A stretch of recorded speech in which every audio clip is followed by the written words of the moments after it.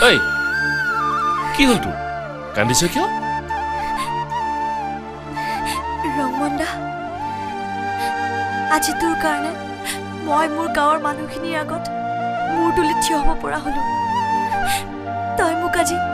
এটা নতুন পৰিচয় দিছ তোক যে মই কি বুলি তোৰ ওপৰত মোৰ বিশ্বাস আছিল আৰু তই তাক কৰি দেখুৱালি তই ৰাইট আছিলি বুজিছ সেইকাৰণে আমাৰ কষ্টই আজি ৰং পালে আমি সঁচাকৈ কিবা এটা কৰি দেখালো সিহঁতে তোক বুজি নাপালো আগতে আজি কিন্তু বুজি সোণাৰীয়েহে আচল সোণ চিনি পায় তই কিন্তু বৰ ভাল বিহু নাচি দেখুৱালি দেই আমাৰ গাঁৱৰ পৰা আৰম্ভ কৰি গোটেই ফাংচনৰ ডেকা ল'ৰাবিলাক একদম বলিয়া হৈ গৈছে একদম এড্ৰেছ দি মোৰ বেগ ভৰ্তি কৰি দিলে গৌৰী শংকৰ ভৰাইলি চকু কিন্তু কম নহয় দেই একদম জেগাত পেলাই দিলে আমাৰ গাঁৱৰ ছোৱালী হৈ মোৰে চকুত কথাটো নপৰিলে হ'ব চব অ'কে কৰি দিম তই চিন্তাই নকৰিবি ঐ মাৰক মাত মই বাহিৰতে বহো মোৰ হাতা আনগে যা যা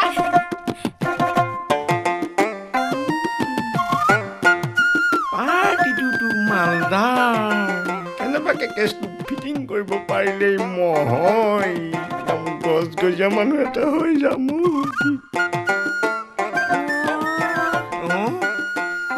তুমি কি বা সকামত আহিলা হেৰি আমাৰ ঘৰত বহিবা জানো অকণমান বহিম বুলি আহিছো দিয়কচোন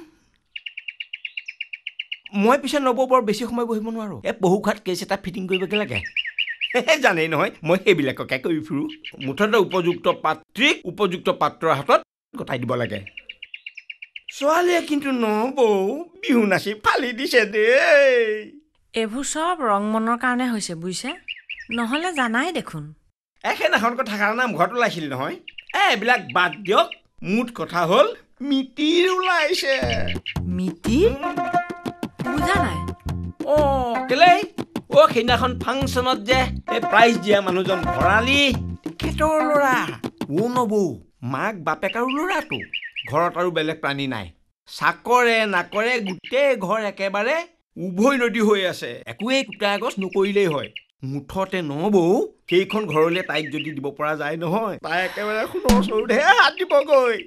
নবৌ এয়া চাওকচোন এয়া সাক্ষাৎকাৰটি নবৌ এই সম্বন্ধটো আহোঁতেই আমাৰ সম্বন্ধটো কিন্তু কটকটীয়া কৰি দিব লাগে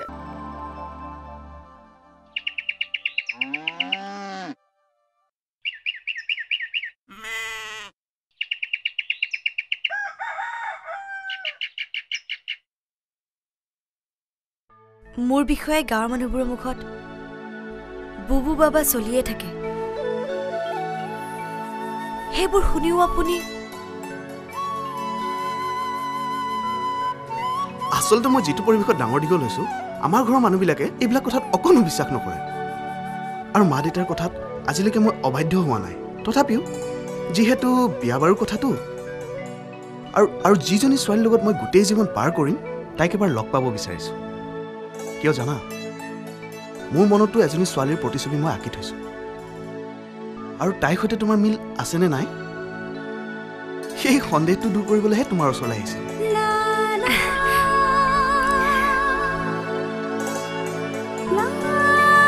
পিছে আপোনাৰ সন্দেহটো হ'লে মোৰ মনৰ ভিতৰত থকা ছোৱালীজনীতকৈও তোমাৰ তাত বেছিহে বিচাৰি পাইছো তোমাৰ যদি সন্মতি আছে তেন্তে তোমাক মই আজিৰ পৰা জানমণি বুলি মাতিম আজি দেখোন ৰমাদাৰ দিনতে ফিটিং কেছটো বা কি কিবা ডাঙৰ বিয়া এৰেঞ্জ হৈছে যেন পাইছো ৰমাদাই আজি দেখোন তোৰ ভৰি দিনতে নগাঁও মৰিগাঁও হৈ আছে আমাৰ ৰংমন দেখোন মেন মানুহ ৰংমন তোমাৰ এটা খাম বৰ ফূৰ্তি এইটো ফূৰ্তিতে মই আজি দিল বটল মাৰি দিম বটল বোকা পৰা পদুম ফুল পাকোনে তুলিলে জাননে নাই আমাৰ এই ৰংমনে আৰু সেই পদুম ফুল পাকো নেপালে জানো নে নাই ৰজাই কি পদুম ফুল ৰজাৰ কথা কৈ আছো ৰমাদাই এ ৰচোন ক'বলে যে আমাৰ মৌ কুঁহিৰ কথা কৈছো ঐ তাই বিয়া ফিটিং হৈ গ'ল নহয় ঐ মৰাণ হাটৰ গৌৰী শংকৰ ভৰালীৰ একমাত্ৰ ল'ৰা মলয় পৱনৰ লগত আজি যদি মৌ কুঁহি আমাৰ এই ৰংমনে বিহু নচোৱালেহেঁতেন নহয় মৌ কুঁহি কিন্তু কপাল নুফুলিলেহেঁতেন দেই এটা কি কথা হ'ল জানেনে নাই এই স্বয়ং ৰমাকান্ত বৰুৱাই এখন হেভি বিয়া ফিটিং কৰি দিলে কিন্তু দেই এই বিয়াখনৰ বাবদ মোক কিমান টকা দিছে জাননে নাই কেছ 10,000 ৰংমন যাবলৈ দেৱ নাচনী বিয়াৰ কথা শুনি ধুনীয়া ফূৰ্তি লাগিছে